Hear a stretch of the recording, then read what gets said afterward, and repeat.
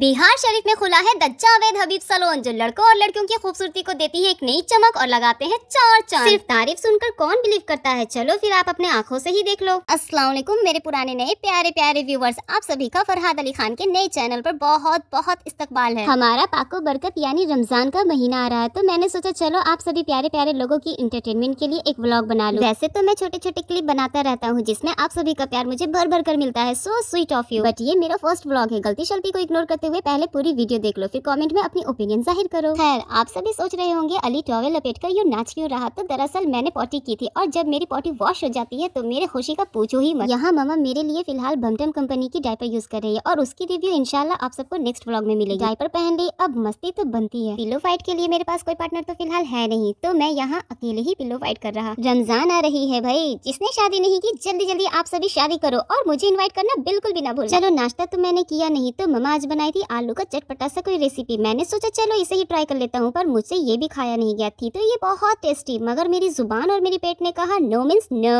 Mamma mama look there is an insect. Mama ये मेरी तरफ आ रहा। मम्मा देखो ये कैसे मुझे घुर्रा कर देख रहा।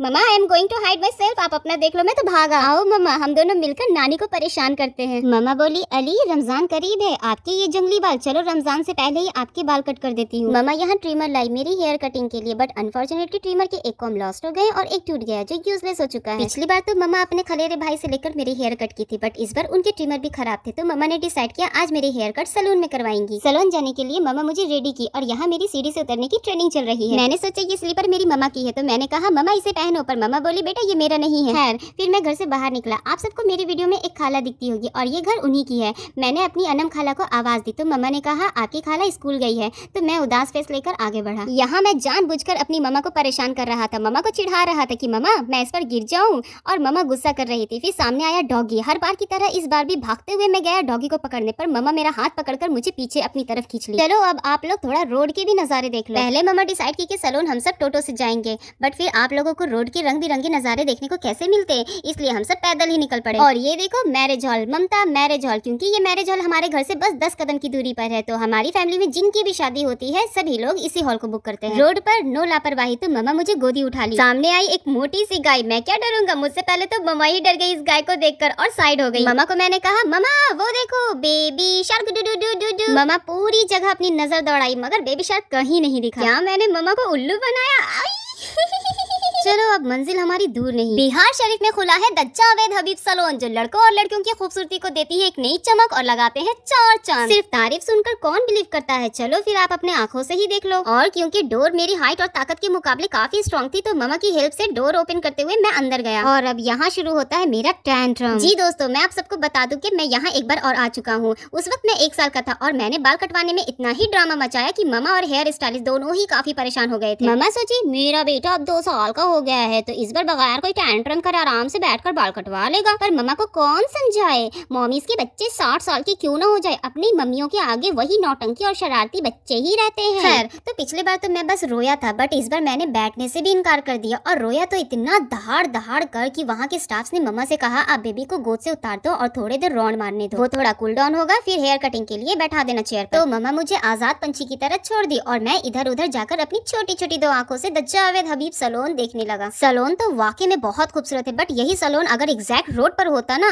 देन 100% श्योर कस्टमर्स की लंबी लंबी लाइन होती लाइन। मम्मा ऑफ कैमरा फिर से काफी कोशिश की मुझे चेयर पर बैठाने की, पर मैंने अपनी बॉडी को खींचते हुए बैठने से इनकार कर दिया। मम्मा वापस लौट भी नहीं सकती थी क्योंकि बाल भी तो कटवाने जरूरी थे ना, तो हेयर स्टाइलिस्ट ने बोला आप एक काम करो, आप बेबी को गोद में लेकर बैठ जाओ। और यहाँ मेरा रोना धोना बोले तो दहाड़ना हुआ फिर से शुरू। मम्मा काफी कोशिश की मुझे कूल डाउन करे, मुझे शांत करे, बट मैं अपने ही रोने धोने में लगा हुआ था। तो मम्मा अंकल से बोली आप इसके रोना धोना को इग्नोर मारो और अपना काम स्टार्ट करो, क्योंकि पिछली बार भी इसने काफी वक्त बर्बाद किया था। यहाँ तक कि मम्मा मुझे शांत करने के लिए मेरे लिए यूट्यूब के कार्टून्स ऑन करके दे दी ताकि शायद मैं शांत हो जाऊं, बट मैं फिर भी शांत नहीं हुआ। मैं बहुत ज्यादा डरा हुआ था। मैं इस बात से खौफजदा था कि मैंने अपनी मम्मा के अलावा और किसी को भी अपने सर को टच करने का परमिशन नहीं दिया, तो फिर ये अंकल आखिर क्यों मेरे सर को इस तरह बार बार पकड़ रहे हैं, और आखिर ये क्या चीज है जो मेरी बालों में लगाया जा रहा है। समटाइम्स मैं मोबाइल में इतना ही ज्यादा मशगूल हो जा रहा था कि मुझे एहसास ही नहीं हो रहा था कि मेरे साथ कुछ हो भी रहा है। फिर जैसे ही मेरा ध्यान मोबाइल से हटता मैं फिर से दहाड़ दहाड़ कर रोने लग जाता। वैसे तो मम्मा मेरी हेयर कटिंग लोकल के किसी भी बार्बर से करवा सकती थी और वहाँ तो 50 रुपया में ही हेयर कट हो जाते हैं,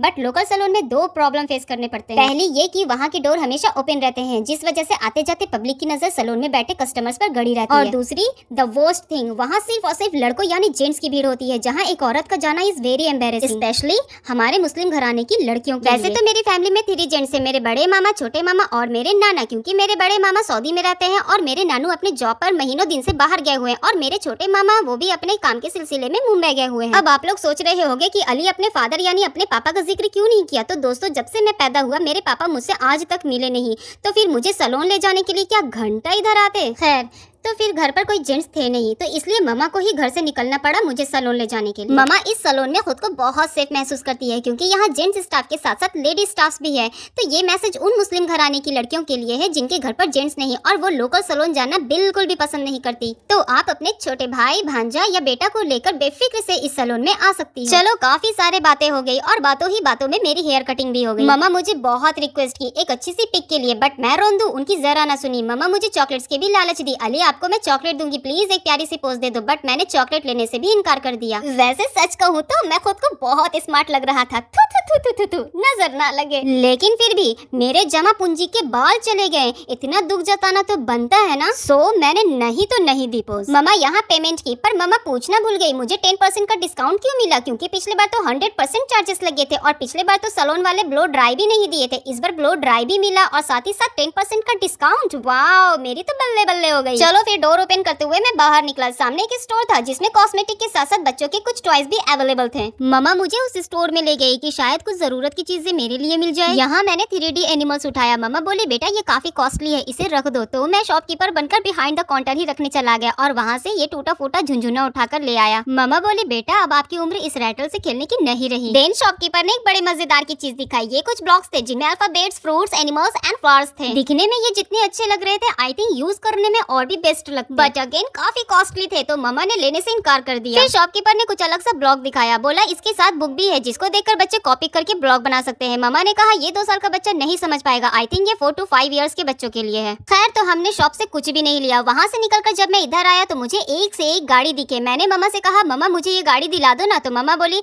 पहले तू घर में पड़े 2 गाड़ियों को तो हक लगा दे बेटा। चलो फिर धीरे धीरे मैंने शॉप को किया अलविदा और निकल पड़ा बुक स्टोर के लिए। पढ़ाई लिखाई का मैं आपको क्या ही बोलूं, I don't know why, but सच बता रहा हूँ पढ़ाई लिखाई में मेरा जरा भी इंटरेस्ट नहीं। इसके लिए मम्मा से मुझे काफी डांट पड़ती है। मेरे फैमिली के सारे बच्चे माशाल्लाह 1.5 साल की उम्र में ही ABCD बोलना शुरू कर दिए थे और मम्मा भी मुझे काफी कोशिश करती है ABCD सिखाने की। पर जब मम्मा मुझसे कहती है बेटा मेरे साथ ABCD दोहराओ, तो कसम से ऐसा लगता है जैसे भैंस मेरे आगे बीन बजा रही हो। मम्मा मेरे हाथ में बुक दी, मुझसे पूछी बेटा क्या मैं ये आपके लिए ले लूं, पर मैंने झट से बुक बंद कर दिया। बट मेरी मम्मा फिर भी ले ली। समझ रहा हूँ मैं, लगता है मेरे मारपीट खाने के दिन शुरू होने वाले हैं, क्योंकि मम्मा मुझे पढ़ाने बैठेंगी, मैं तो पढ़े से रहा, तो फिर क्या मम्मा प्यार मोहब्बत और लड्डू थोड़ी ना बरसाएंगी, जाहिर है मारेंगी। यहाँ मुझे दिखा हेल्थ क्लब। यहाँ छोटे बड़े हर तरह के बच्चों को karate, boxing, gym, indoor game, outdoor game सिखाया जाता है। मैं मम्मा का हाथ छुड़वाकर भागते हुए अंदर गया, बट मम्मा मुझे पीछे से गुस्से में अली कहते हुए वापस बुला ली। चलो फिर हम उधर से रवाना हुए। रास्ते में जो जो दिख रहा आप उस नजारे को देखते हुए आगे बढ़ो। हमने इधर उधर ध्यान से देखते हुए रोड क्रॉस किए। मैं बहुत ज्यादा थक चुका था। मैंने मम्मा से कहा मम्मा मुझे गोदी लो। मम्मा मुझे गोदी ली। बाहर काफी धूप थी। जल्दी जल्दी कदमों को तेज रफ्तार में बढ़ाते हुए मम्मा घर के करीब पहुंची। ये लो आ गया हमारे तरफ का फेमस लैंडमार्क। डिलीवरी आई या दूर दराज के रिश्तेदार, हम उन्हें यही डॉक्टर बालमुकुंद का एड्रेस बताकर अपने घर बुलाते हैं। एंड फाइनली हमारा कागजी मोहल्ला आ गया। मम्मा मुझे गोदी से उतारी, क्योंकि इधर गाड़ियों का कोई डर नहीं। मैं अपनी मगन में खुशी खुशी भागते दौड़ते एक्साइटेड होकर आगे बढ़ा घर जाने के लिए। सामने इतनी सारी बकरियों को देखकर उनके पास गया, उनके हालचाल पूछे और आगे बढ़ा। और यहाँ सामने मेरे प्यारे प्यारे मामू जान खड़े थे। एक मामू मेरा हाथ पकड़कर बोले चलो मेरे साथ। मैं डोम या भिखारी तक को मना नहीं करता साथ जाने से, तो फिर ये तो मेरे मामू थे। And this is my beautiful horse, Galaxy horse, है ना खूबसूरत, माशाल्लाह बोलो। मम्मा बोली घर चलो। मैं इनकार करते हुए आगे भागा तो मम्मा मुझे डांटी। मैंने गली में एंटर तो किया लेकिन आगे बढ़ गया। मम्मा तरह तरह की खौफनाक आवाजें निकालकर मुझे डराने लगी और मैं डरकर जल्दी से अंदर गया। भागते हुए सीढ़ी पर मेरा पैर फिसल गया, पर खुद से ही खड़ा होकर आगे बढ़ा और ऊपर पहुंचा। अंदर गया, सन्नाटा ही सन्नाटा। मैंने मुंह लटकाते हुए मम्मा से कहा कहाँ है सब, और मैं अपनी खाला को ढूंढने लगा।